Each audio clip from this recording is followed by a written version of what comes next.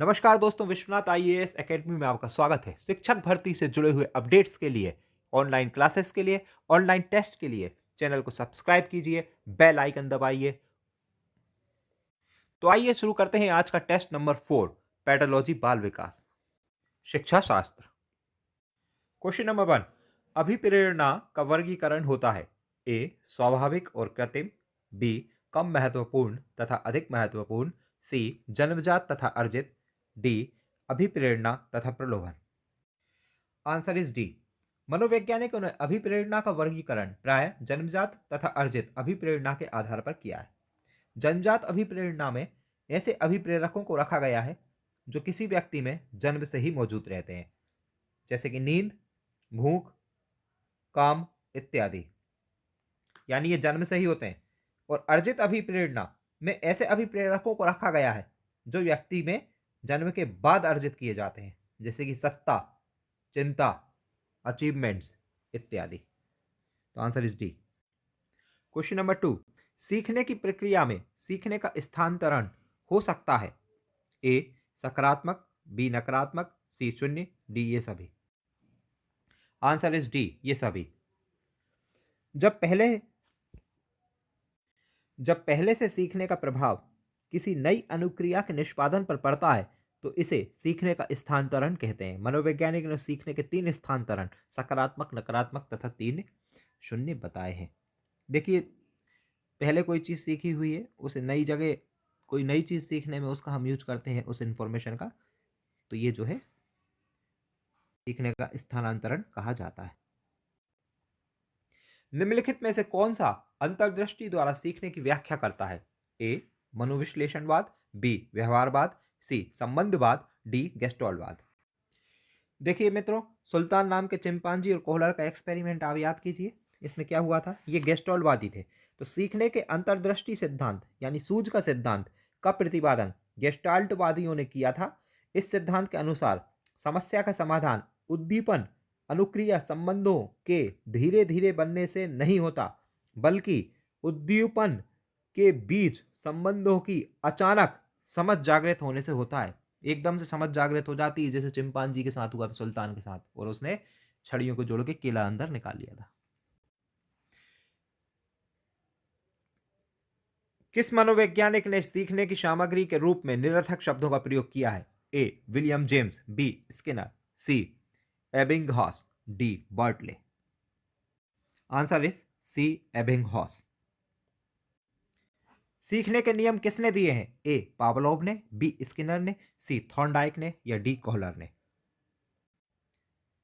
Answer is C Thorndike. सीखने के नियमों की व्याख्या थॉर्नडाइक द्वारा निम्नलिखित आधार पर की गई है। एक, सीखने का मुख्य नियम है तत्परता का नियम, अभ्यास का नियम एवं प्रभाव का नियम। तो 3 नियम याद रखना है, तत्परता का नियम, अभ्यास का नियम एवं प्रभाव का नियम। सीखने में सहायक नियम जो है मनोवृत्ति का नियम, तत्व प्रबलता का नियम, बहु अनुक्रिया का नियम, सादृश्यता का नियम एवं सहचार्यात्मक स्थानांतरण का नियम। सीखना है। ए व्यवहार में परिवर्तन, बी अनुभव तथा अभ्यास का परिणाम, सी व्यवहार में अपेक्षाकृत स्थायी परिवर्तन, डी यह सभी। तो देखते हैं सीखना क्या है। सीखना अनुभव तथा अभ्यास के परिणाम स्वरूप व्यवहार में अपेक्षाकृत स्थायी परिवर्तन है। तो व्यवहार में परिवर्तन भी हो रहा है, अनुभव और अभ्यास भी हो रहा है और स्थायी भी हो रहा है। तो आंसर हो गया ये सभी। शारीरिक वृद्धि और विकास को क्या कहते हैं। ए तत्परता, बी अभिवृद्धि, सी गतिशीलता, डी अनुवांशिकता। आंसर इज बी अभिवृद्धि। तो शारीरिक वृद्धि और विकास को अभिवृद्धि कहते हैं। चिंतन संज्ञानात्मक पक्ष में एक मानसिक क्रिया है, यह कथन किसने दिया था। ए डिवी ने, बी गिलफोर्ड द्वारा, सी क्रूज द्वारा, डी रॉस द्वारा। Answer is D Ross.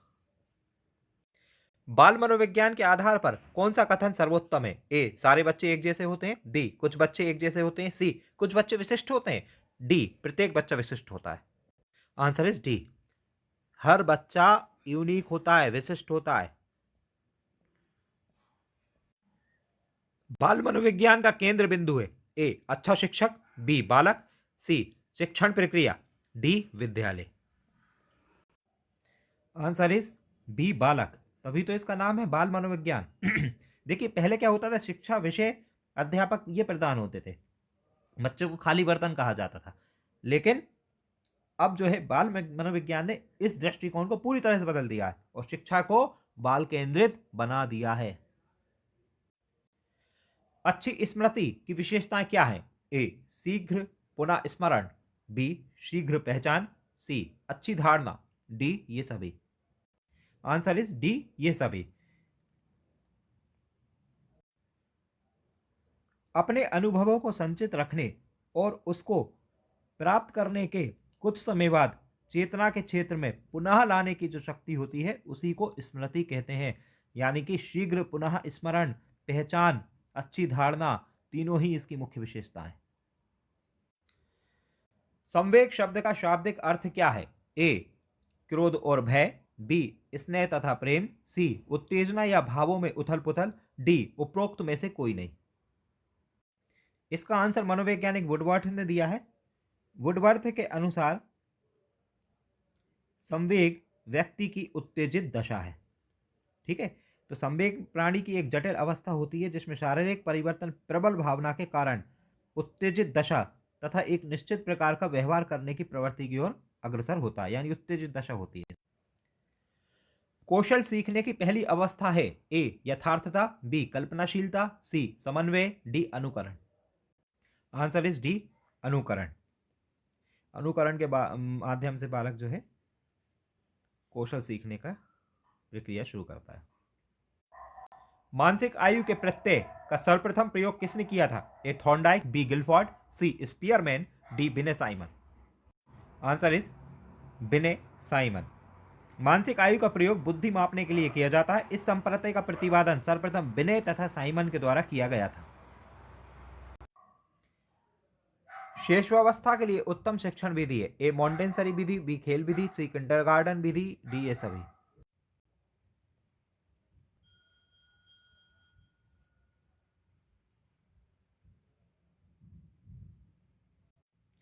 बाल विकास में ए प्रक्रिया पर बल है, बी वातावरण और अनुभव की भूमिका पर बल है, सी गर्भावस्था में किशोर अवस्था तक अध्ययन होता है, डी उपरोक्त सभी।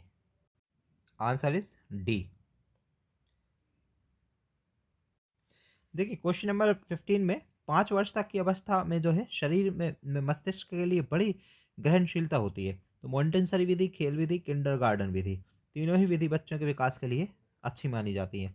और नेक्स्ट क्वेश्चन जो 16 है उसमें बाल विकास मनोविज्ञान की एक महत्वपूर्ण, उपयोगी तथा समाज एवं राष्ट्र के लिए कल्याणकारी शाखा है जिसमें गर्भ अवस्था से लेकर किशोर अवस्था तक के अध्ययन हेतु वातावरण एवं अनुभव की भूमिका एवं प्रक्रिया पर बल दिया जाता है, इसलिए उपयुक्त सभी आंसर होगा। 17 क्वेश्चन।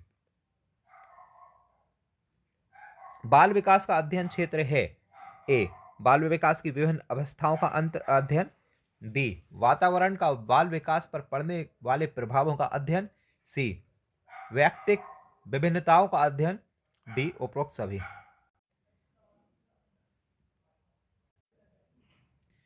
सर्वाधिक उपयुक्त जीवित, सर्वाइवल ऑफ द फिटेस्ट, ये सिद्धांत किसका है? तो ये तो सभी को पता होगा, ये डार्विन का सिद्धांत है। तो विनय साइमन विशिष्ट बुद्धि का माप करते हैं इनके परीक्षण के द्वारा। संवेगात्मक विकास को प्रभावित करने वाले कारक हैं ए शारीरिक स्वास्थ्य, बी मानसिक योग्यता, सी थकान, डी ये सभी। सामाजिक प्रत्याशाओं के अनुरूप व्यवहार की योग्यता का अधिगम सामाजिक विकास कहा जाता है। यह कथन किसका है? हॉरलॉक का, टीपी नन का, मैकडूगल का या रॉस का?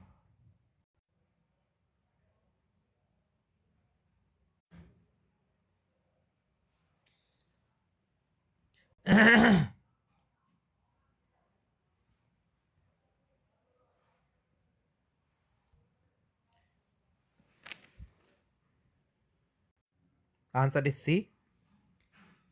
सीखना एक ऐसी प्रक्रिया है जिसके द्वारा अनुभूति और आभास के अभ्यास के फलस्वरूप व्यवहार में मॉडिफिकेशन होता है। मॉडिफिकेशन यानी परिमार्जन।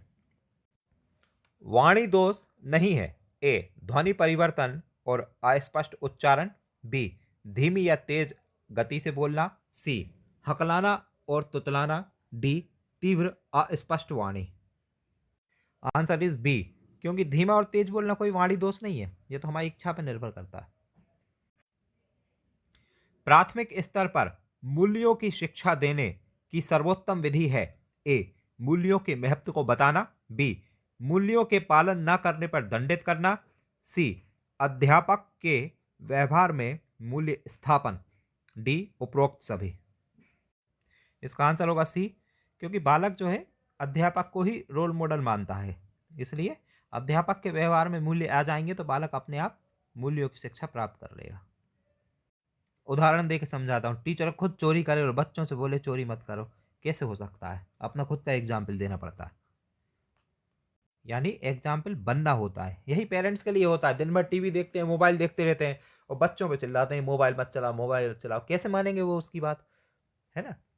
तो खुद एग्जाम्पल बनो।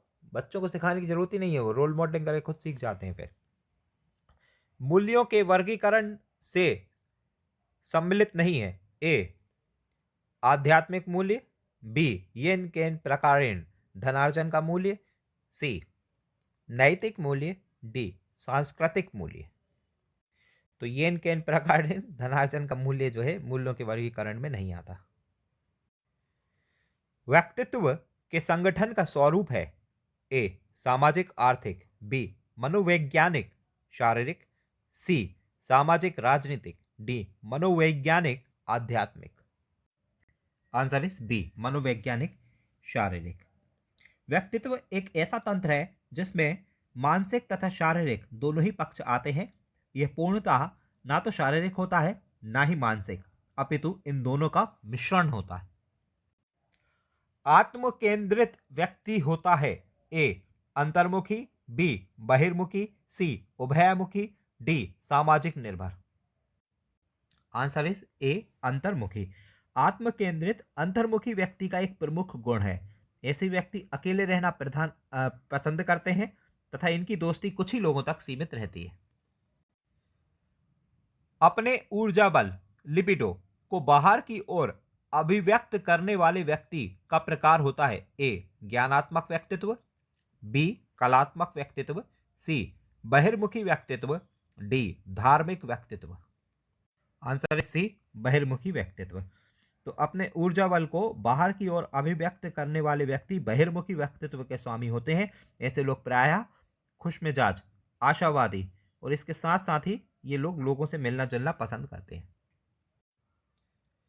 कक्षा 4 का एक बच्चा सदैव चिंतित तथा कुंठित रहता है। आप ए उसके अभिभावक से शिकायत करेंगे। बी मनोचिकित्सक के पास ले जाएंगे। सी स्वयं परामर्शदाता की भूमिका का निर्वाह करेंगे। डी उसे उसके भाग्य पर छोड़ देंगे। Answer is C. ऐसी स्थिति में अध्यापक स्वयं परामर्शदाता की भूमिका सर्वप्रथम निर्वाह करेगा। भाषा विकास का सिद्धांत नहीं है। ए अनुबंधन का सिद्धांत। बी अनुकरण का सिद्धांत। सी अतिरिक्त शक्ति का सिद्धांत। डी परिपक्वता सिद्धांत। Answer is C. भाषा विकास से हमारा तात्पर्य ऐसी क्षमता से है जिसके द्वारा व्यक्ति अपने भावों, विचारों, इच्छाओं को दूसरों तक पहुंचाता है तथा दूसरों की इच्छाओं और भावों को ग्रहण करता है। अनुबंधन, अनुकरण और परिपक्वता इसके प्रमुख सिद्धांत हैं। अन्य विषयों की टेस्ट सीरीज भी अपलोड की जाएगी और जो महत्वपूर्ण टॉपिक है उनकी क्लासेस भी कंटिन्यू आपको डाली जाएगी।